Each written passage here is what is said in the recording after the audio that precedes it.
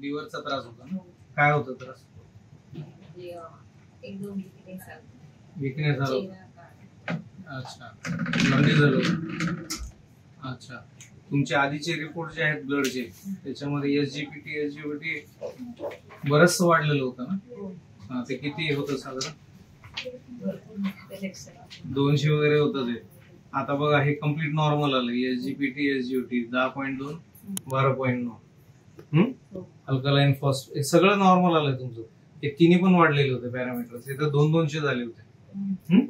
आता तुम्हाला पहिल्यापेक्षा कसं वाटतं? भूक, जेवण पहिल्यापेक्षा किती बरं? 90% बरं आहे. रिपोर्ट बघितल्यावर 100% बरं झालं. ठीक आहे. आणि आईंना कशासाठी आणलं होतं? मला ते पाय कंबर दुखत होती ना आणि चक्कर येत होती.